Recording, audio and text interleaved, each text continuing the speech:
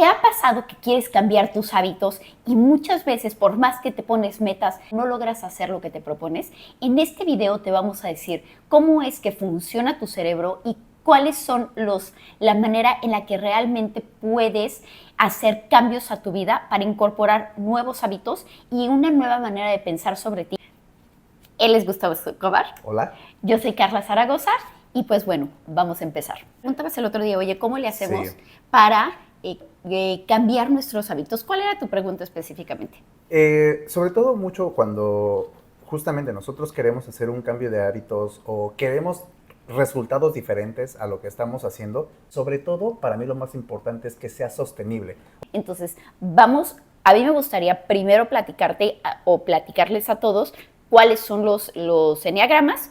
Una vez que sepamos las distintas personalidades, entonces saber cuáles son las creencias limitantes que se llegan a tener cuando tienes ese eneagrama, saber cuáles son los hábitos y una vez que sepamos eso, saber cuál es el hábito, entonces poner una creencia refuerzo o una creencia reemplazo que sea sobre la misma personalidad que tú tienes, porque no es lo mismo que tú, o no es lo mismo la solución que se le va a dar a una persona que es perfeccionista que una persona que es más dramática o más artista, pues son soluciones completamente distintas, 100%. ¿Sabes? Entonces, vamos a ver, este video no se trata de eneagramas, pero voy a enlistar un poquito todos los eneagramas que hay. El eneagrama número 1 es el perfeccionista, el 2 es el ayudador, el 3 es el exitoso, el 4 es el artista, el 5 es el investigador, el 6 es el leal. es el leal. Es que también, bueno, lo hubiera dicho también como el dudoso, sí. el dudoso o el del miedo, pero vamos a ponerlo como leal.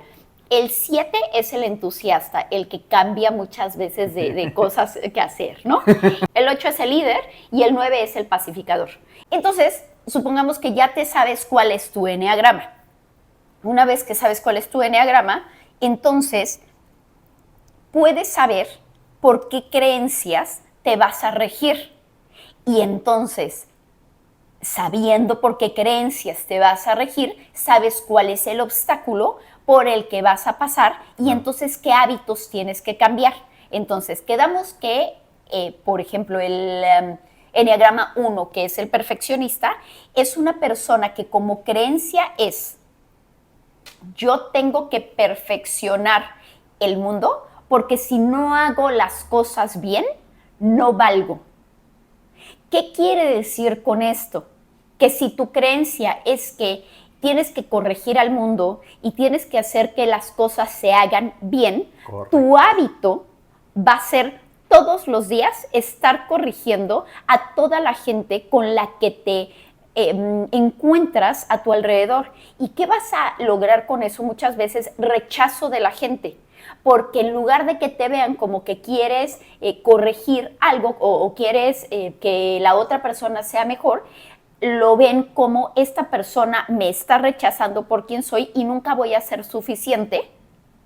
Y entonces, tal vez el hábito más fuerte que puede cambiar un perfeccionista o querer cambiar un perfeccionista, es tratar de no ponerle tanta perfección a todo o no querer corregir. O sea, si tú te pones a hablar con un eneagrama 1, probablemente si es una persona que está mucho en contacto consigo mismo y dice, ok, es que yo quiero empezar a cambiar mi vida para ser una persona más feliz, lo primero es el eneagrama 1 todo el tiempo vive enojado. Todo el tiempo vive en ira. O sea, entonces todo el tiempo es que la gente no hace las cosas bien. Y es que esto debería de ser así. No debería de ser. Las cosas son como son. Entonces, ¿qué pasa? Que eso hace que la persona todo el tiempo esté enojada. Y entonces, la creencia reemplazo es: voy a hacer, por ejemplo, estoy trabajando y voy a revisar este trabajo 25 minutos al día. Y luego de eso voy a continuar con lo demás. Aunque no esté perfecto, yo voy a continuar con mi vida. Entonces, quiere un eneagrama 1, un micro hábito que le sirva para el resto de su vida, es a ver, yo estoy ahorita enojado porque las cosas no son perfectas. Perfecto, durante 25 minutos voy a tratar de perfeccionar mi entorno, el trabajo, lo que sea, y sigo. Entonces, poco a poco vas a dejar de encontrarle el error a todo lo que existe en el mundo y dejar de vivir tan en el enojo. Claro. ¿No? Pero bueno, que sepas que es parte de tu personalidad como Enneagrama 1, estar enojado. Oye, algo que me gustaría como comentar como un pequeño paréntesis a esto, es que el enneagrama es una herramienta de la psicología, o sea, es algo de autoconocimiento, no es una verdad absoluta, al final del día es algo que tienes que estar conociendo, trabajando, y como bien lo dijo Carla, o sea, es una herramienta que te hace ver cómo eres, pero tienes que también entender cómo son los otros enneagramas, porque, por ejemplo, aunque tú tengas tu enneagrama, en mi caso que soy 7, o sea, yo me doy cuenta en qué momento soy 6, ¿en qué momento soy 5? ¿En qué momento me voy a 3? Espera, porque si no van a pensar que eres.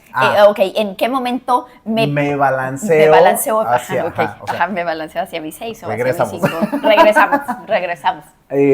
O sea, al final del día es, si tú aprendes a conocer a los otros enneagramas, también te das cuenta en qué momento tú balanceas a los otros números, porque como bien lo dijo Carlos, al final del día tú eres un número, pero puedes tener características de algún otro, y cuando entiendes hacia dónde te balanceas, eso también te ayuda a tener como herramientas para poder justamente transformar, si tú quieres, esos hábitos o esas cosas que te suceden. Pero entender que esto es una herramienta de la psicología para el autoconocimiento al final del día, ¿no? Claro. Mira, videos de enneagramas creo que hay muchos y creo que me encantaría meternos a los enneagramas para que pues ustedes sepan qué son tu personalidad, cuáles son tus alas, es decir, tu personalidad, tu columna, pero cuando estás hacia un lado o hacia otro, qué características tomas de tus vecinos, que son los que están a tu alrededor. Es decir, un enneagrama 8, su vecino es el 7 y es el 6.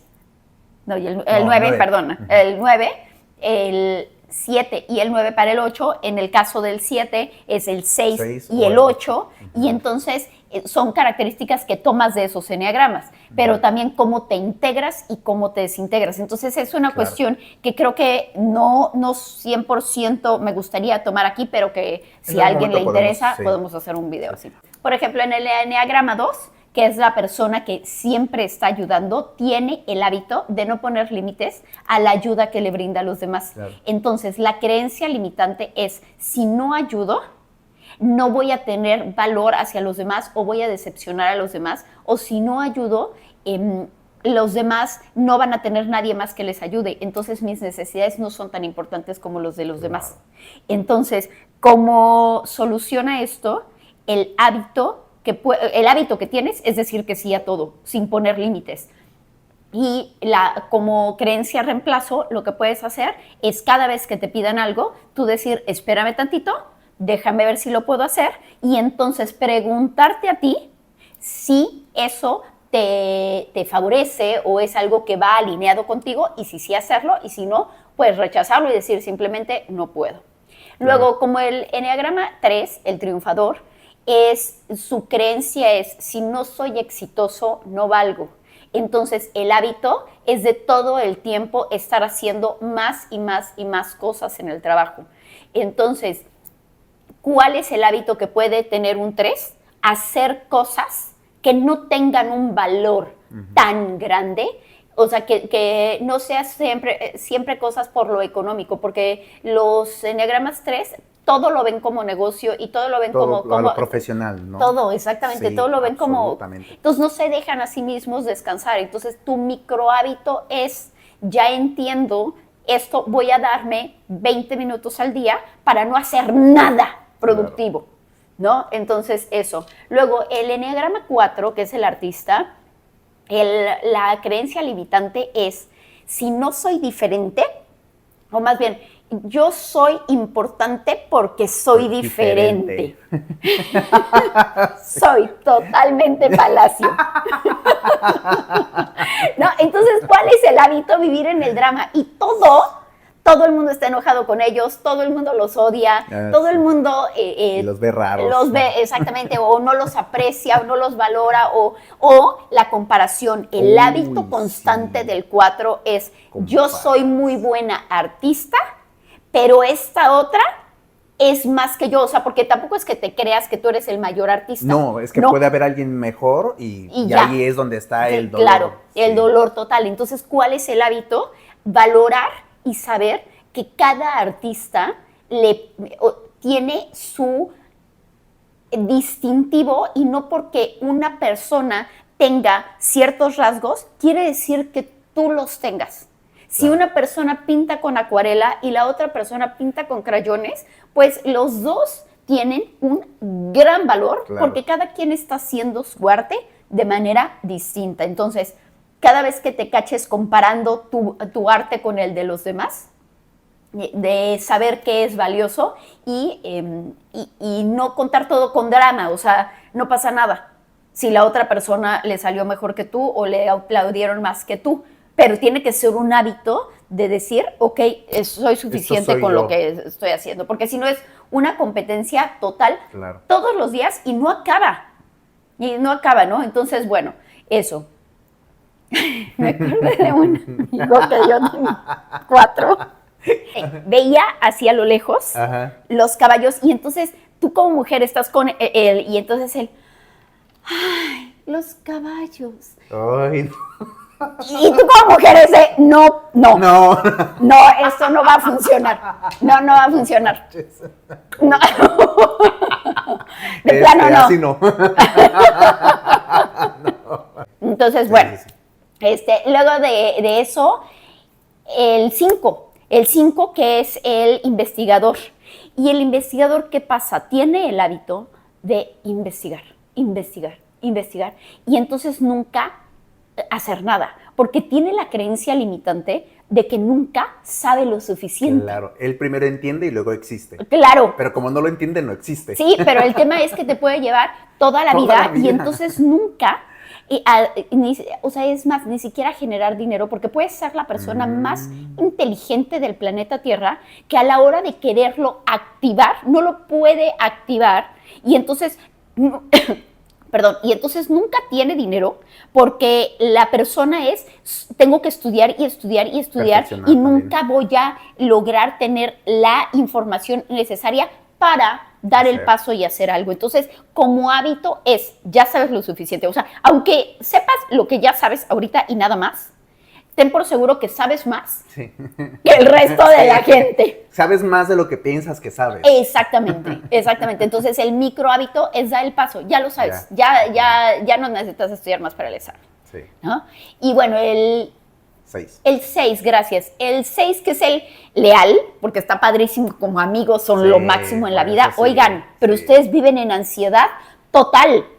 Se comen las uñas, se arrancan el pelo, se mueren, todo el tiempo. Porque, claro, porque si bajan la guardia, o sea, la creencia limitante es, si yo bajo la guardia, el mundo es peligroso. Cierto. Entonces van por el mundo con este hábito de, tengo que preguntar de más, porque también si se van al ala 5, que ellos tienen ala 5, no, hombre, es miedo más querer saber de todo. Entonces, se la pasan haciendo preguntas, y cuando ya tienen que dar el paso es mejor no.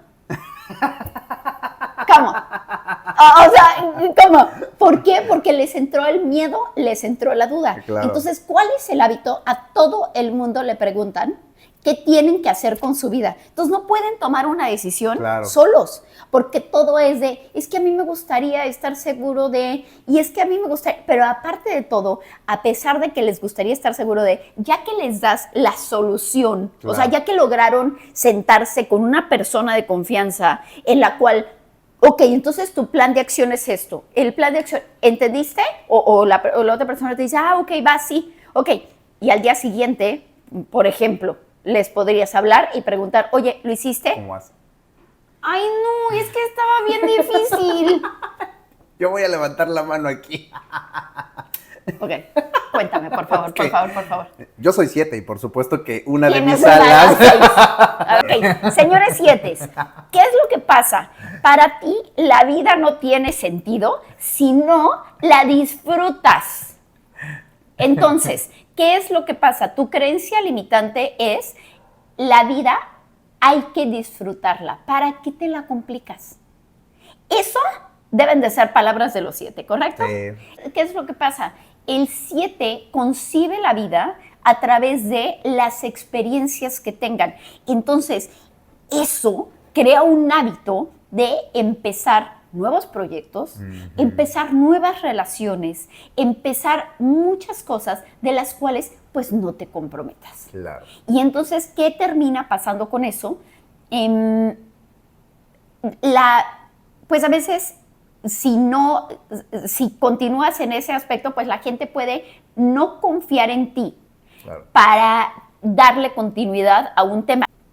Te dan un nuevo proyecto, hasta que no lo terminas, no empiezas otro. O tienes varias opciones, elige la que realmente te motive y con ella te quedas, porque claro, opciones siempre va a haber. Claro.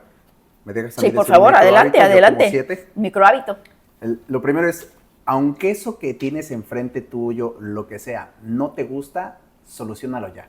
Porque tendemos mucho a que ese punto que de lo que sea del tema, del proyecto, lo que sea, que no nos gusta, es que como no me gusta, lo pospongo y somos súper procrastinadores. Entonces, consejo, eso que no te gusta, atiéndelo ya y no tienes que soportarlo, atiéndelo. Simplemente entonces atiéndelo. Ese es el microhábito. Tu microhábito es atiende eso que no te de gusta. Reemplazo, ¿sí? Es todos los días. Ese puede ser o sea, si tú te quieres poner una meta, es investigar todo lo que no te, o sea, todos los días te sientas 20 minutos a solucionar tus pendientes. Exacto. Ese puede ser un buen microhábito para un 7, por ejemplo. 100%. Ya hasta se me olvidó que iba a decir. No, a mí no. A ver. Porque una vez que tú ya solucionaste eso, que no te gusta, todo lo demás que sí lo ves divertido o que sí te gusta, lo vas a hacer, pero mira, o sea, muerto de risa y te va a emocionar. Y los 7, como necesitamos la emoción, ajá, una vez que tú ya estás emocionado y que ya estás centrado en eso que sí te gusta, ya te vas como hilo de media. O sea, ya. Hilo de media, claro. Tal cual. Está bien. Oigan, hilos de media, vamos a hablar del 8. Ya que estamos como hilo de media, pues vamos a hablar del 8. ¿Qué enneagrama eres? 8. Entonces, bueno, el 8, la creencia limitante es, si me muestro vulnerable, me van a lastimar. Entonces, ¿qué pasa con eso? Lo que termina pasando es que tienes el hábito de controlar absolutamente todo. O sea, controlas mucho o pones muchas reglas para que al final... ¿todo esté bajo tu control? Todo esté bajo tu control, pero es más que nada porque al momento en el que tú ves cosas que puedan pasar en el futuro, dices, para que esto no pase en el futuro, si nos regimos bajo tal regla o tal condición, evitamos que en el futuro esto se vuelva peligroso. Okay. O sea, haz de cuenta, un líder va a decir, ok, yo estoy intuyendo que existe este rasgo general en la gente que al final de todo, si lo seguimos permitiendo, pues al final vamos a llegar a confrontarnos. Entonces, para no confrontarnos, porque a mí lo que me da miedo, o sea, un 8 dice, a mí lo que me da miedo es justamente esa pelea y por eso trato de ser fuerte, entonces lo que hacemos es, si ponemos las reglas claras desde un principio, entonces evitamos que en el futuro tengamos que pelear. Claro. ¿No? Entonces, pero el microhábito es entender que tus puntos de vista no son los únicos puntos de vista que existen, porque a veces... Un poco de flexibilidad. Claro, a veces tú piensas que nadie lo va a hacer mejor que tú. Claro, entonces eso es un poquito arrogante.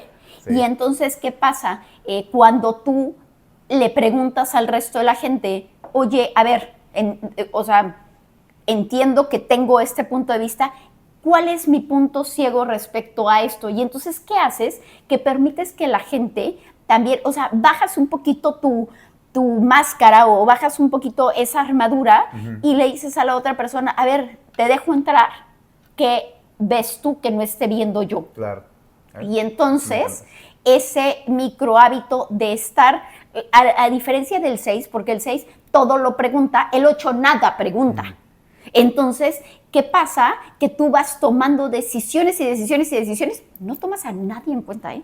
Absolutamente a nadie en cuenta. Y yo creo que, o sea, escuchas a la persona y acepta lo que te está diciendo. Claro. Porque también si tú escuchas, pero luego te pones, pues no sé si a la defensiva, pero luego, no, es que esto tiene que ser así. No. Sí, o sea, sí, es verdad. O sea, de verdad digiérelo, escúchalo, entiéndelo. Quizás no estés de acuerdo en ese momento, está bien no estar de acuerdo, pero no lo trates de debatir. Déjalo, o sea, analízalo, piénsalo, como que medítalo un poquito y si al final del día tu opinión sigue siendo la misma, bueno, puede ser válido. Sí. Pero escucha activamente, ¿no? Exactamente, sí, esa es una muy buena solución porque antes de hacer, por ejemplo, este ejercicio de los eneagramas, yo en lo particular no me había dado cuenta que era tanto, o sea, es un tema del 8, el hacer todo tan de manera independiente y tan autónoma y tan no necesito, que tomas muchas decisiones sin decir, o sea, sin tomar esa cuestión de, a ver,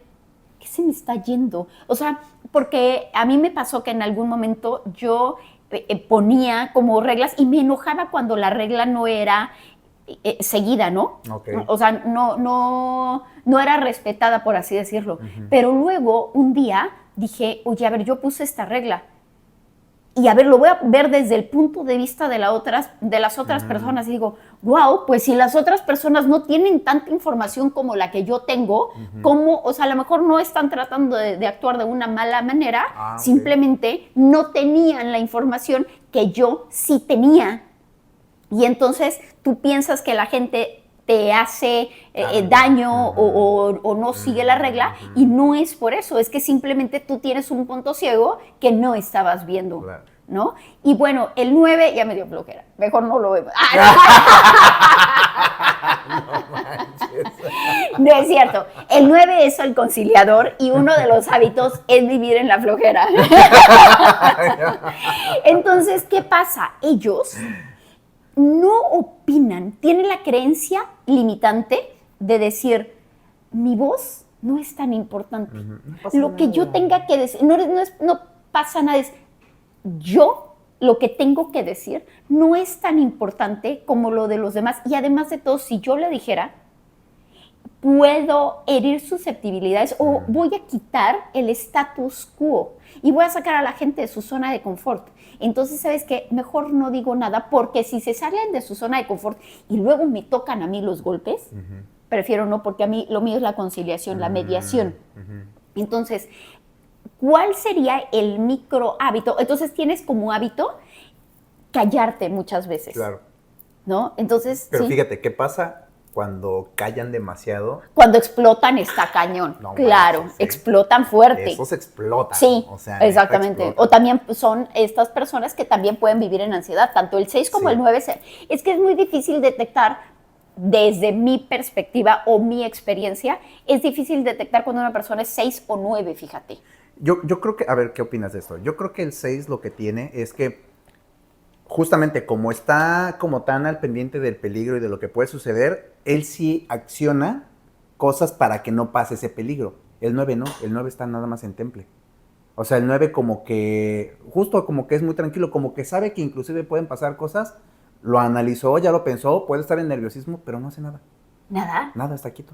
Porque yo he visto personas que estoy confundida entre si son 6 o son 9 y... O sea, hay unas que son fáciles, muy fáciles de detectar si son 6 o son 9, pero hay otras que yo creo que hacen tanto porque el camino del eneagrama del 6, 3 y 9 es hacia esos números, 6, 3 y 9. Entonces es difícil saber cuál es su verdadera personalidad porque siempre su camino de integración y de desintegración va a ser hacia el 3, o sea, siendo un 6 va a ser hacia el 3 o hacia el 9, siendo un 9 va a ser hacia un 6 o hacia un 3. Entonces es difícil saber porque el camino de integración y desintegración solo incluye esos números. Entonces creo que ahí, por eso es que a mí me ha costado trabajo saber. Yo los 9 así los he identificado porque los veo muy tranquilos. Muy tranquilos. Ah, ok. Entonces si hay una persona que se mueve de las uñas, y el 6, se agarra, ¿sí? Y el 6 es como, ¿no? Ajá. Y el 6 es como muy nervioso, entonces ese siempre está buscando qué hacer y te habla y te dice y esto. Oye, pero es que no crees que esto. Y ese acciona. El otro no. El otro nomás dice, tal vez pueda pasar esto, tal vez pase el otro. Claro. Pues eso como que tal vez se puede caer. Tienes razón, ya vi lo que estás diciendo. Sí, okay. O sea, pero no acciona. Ese nada más lo piensa, pero no acciona. Ya, es que como casi 9 no, ¿No conoces? no creo que Yo conozca conozco muy pocos, tanto, pero, ¿sí? pero identifico en común eso, ¿eh? Pero si nos vamos a India o nos vamos, no sé, a lo mejor habría más 9, ¿no? ¿Crees? Sí, como que Puede la ser, sociedad ¿eh? es como Sí, demasiado, tienes toda la razón. o sea, y claro, a ver, oigan, algo que es súper importante es saber los hábitos, estamos hablando de los, ay, no hablamos del autoconcepto. Pero va para Pero, allá. sí, Es que ok. esto para mí da el Ah, ok, autoconcepto. ok, va a dar el autoconcepto. Bueno, el punto es que también depende del país en el que vivas la mayor parte de la gente. O sea, les voy a poner un ejemplo. En México, ¿cuál es el enneagrama de México? Yo creo que el 7, ¿no? Desde el 7, porque todo el tiempo quieres estar en fiesta, todo el tiempo quieres estar. En cambio, a lo mejor uno de Inglaterra o una de Alemania. Son más que como un 3, tal vez. Yo pensaría que un alemán podría, o un inglés sería más como un 1, más como perfeccionistas. No es cierto, los japoneses podrían ser Los más japoneses unos. son 1. Exactamente. 100%. Entonces, con ala 9. Peligroso. Puede ser, no, claro, porque puede ser muy perfeccionista, pero pacífico. Sí, exacto. ¿Sabes? Entonces, bueno, el punto es ese. Entonces, estábamos hablando del autoconcepto. Entonces, una vez que tú ya te conoces y ves qué creencias limitantes tienes, ves, entonces ahora sí, puedes cambiar tu autoconcepto. ¿Por qué? Porque no te sirve de nada decir, yo mañana me voy a levantar todos los días. Mañana me voy a levantar todos los días. Mañana me voy a levantar a las 5 de la mañana y a partir de mañana voy a levantarme a las 5 de la mañana, siendo que odias levantarte a las 5 de la mañana. Entonces, si no tienes una motivación real y tú eres un enneagrama 7 levantándote a las 5 de la mañana y odias levantarte a las 5 de la mañana, para las 2 semanas se te va a quitar Antes, esa gran idea o antes, ¿no? Como cuando teníamos el grupo de las 5 de la mañana, Sí, que yo nunca me levantaba, gracias. Entonces, el punto es que el autoconcepto que tienes, ahora sí puedes trabajar con él. ¿Y qué es el autoconcepto? A ti no te sirve de nada cambiar tus hábitos y tus creencias limitantes si tú tienes un concepto distinto de ti. El autoconcepto es precisamente en el 1, por ejemplo, yo tengo el autoconcepto de que soy una persona que debe de juzgar el bien y el mal. Entonces, por eso es que mi hábito va a ser estar todo el tiempo viendo, corrigiendo a la gente y viendo quién se equivocó en qué cosa. Entonces, ¿qué es el autoconcepto? El autoconcepto es tu casa, tu estructura. Y los hábitos las creencias limitantes o las creencias que tienes sobre ti son los ladrillos, son las paredes. Entonces, para que funcione el cambio de tu verdadera personalidad, tú tienes que cambiar, tienes que saber en quién te quieres convertir, cómo quieres que se vea ahora tu casa, para que entonces puedas romper todas las paredes que no le quedan a tu casa anterior. Claro. Entonces, habiendo dicho esto, ya el autoconcepto es, ok, ¿qué creo yo de mí mismo a través de lo que he visto de cómo reacciono? Claro. Y una vez que tengo claro eso, entonces ahora sí puedo ver este video y veo, ok, ¿qué quiero cambiar? ¿Cuáles son los hábitos que normalmente tengo? Y cómo puedo hacer un reemplazo de creencias. Claro. ¿Lo dije claramente? Sí, a mí me parece que sí. Es que al final del día, como yo veo esto del autoconcepto, derivado justamente de esas creencias, es cómo te hablas y cómo ves el mundo.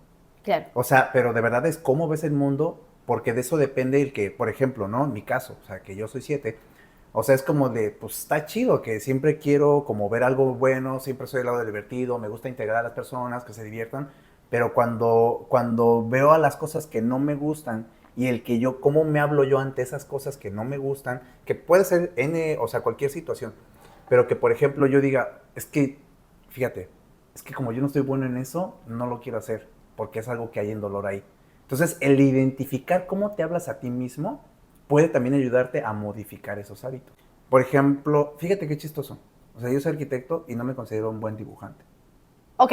Ajá, por ejemplo, ¿no? Y entonces, o sea, yo entiendo mis garabatos, más no me considero una persona que puede hacer pinturas, por ejemplo. Pero es que un arquitecto no tiene forzosamente, claro. entonces... Sin embargo, la creencia un tiempo fue como yo soy arquitecto, yo debería de saber dibujar bien.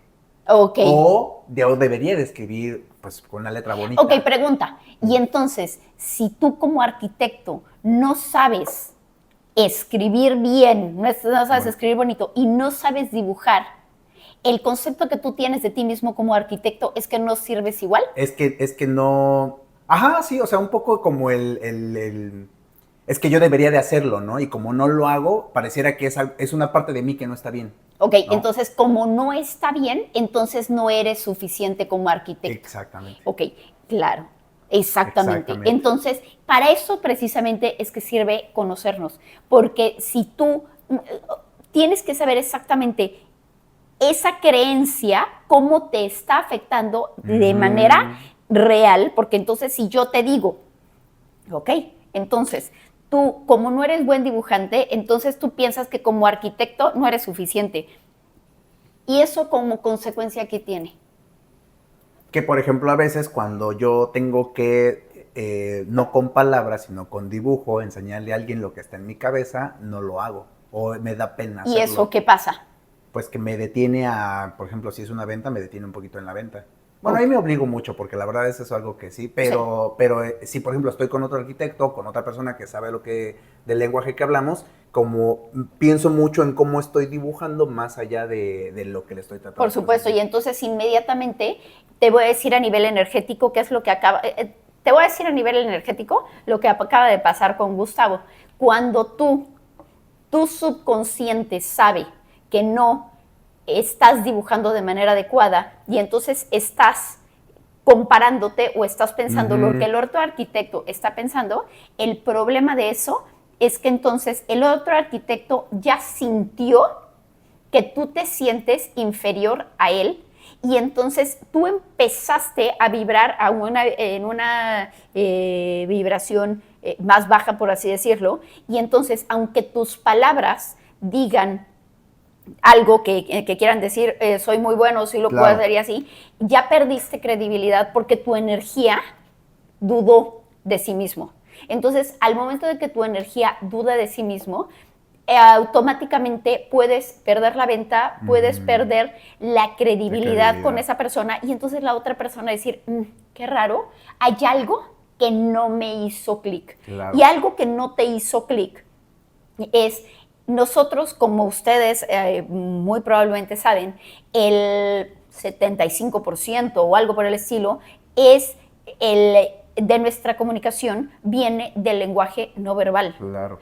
Después de eso, un gran porcentaje viene en el tono de voz y de la manera en la que hablamos, y al final el 5% será las palabras que nosotros decimos. Entonces tú pudiste haber hecho o dicho lo que sea, pero tu vibración no se acomodó con eso. Y algo que acabo de descubrir es que tu voz es como tu huella digital.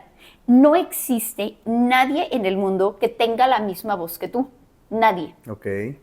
La voz va a ser la que transmita la vibración de todo tu cuerpo.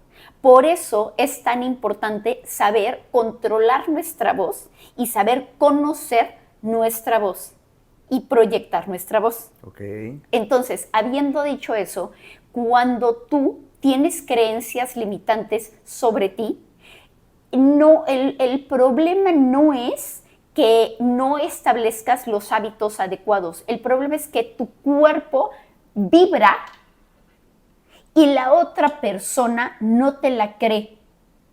Entonces, el problema no es el hábito, el problema no es lo que estás diciendo, el problema es que en tu subconsciente, en tu ADN, en tu historia, no estás siendo congruente, no hay una congruencia de este sí se la cree. Ya. Por eso es que no logras cambiar tus creencias y no logras cambiar tus hábitos. Fíjese, señor arquitecto. Claro. Te voy a decir qué pasa. Dime. Tú lo primero que tienes que hacer cuando tú te reúnes con un cliente para ver cómo va a ser la casa del cliente, tú lo que haces es preguntarle al cliente cómo quieres que se vea la casa. Una vez que tienes la casa, la dibujas. Y una vez que la casa ya está, entonces es cuando tienes que hacer los planos estructurales, no antes. O sea, tú no empiezas a hacer planos estructurales si tú no tienes el diseño de la casa. Claro. Entonces, todo esto para decirles de qué les sirve cambiar las creencias limitantes, de qué les sirve cambiar los hábitos, si el concepto como tal de lo que ustedes quieren ser no lo tienen claro. No tumben paredes, no cambien el piso. Qué buena analogía, ¿eh? ¿Ves? Sí, qué buena analogía. Entonces, bueno, todo esto, espero que después de 40 minutos de video podamos haber entendido, o sea, es más, sáltense todo el video y vean el último cachito y ya quedó. Entonces, bueno, pues con esto terminamos, ¿te parece bien? Sí, me parece. Suscríbanse al canal y ¿qué más? Compartan el video. Compartan el video, muy importante. La frase. Sí. Y bueno, que estén muy bien. Bye.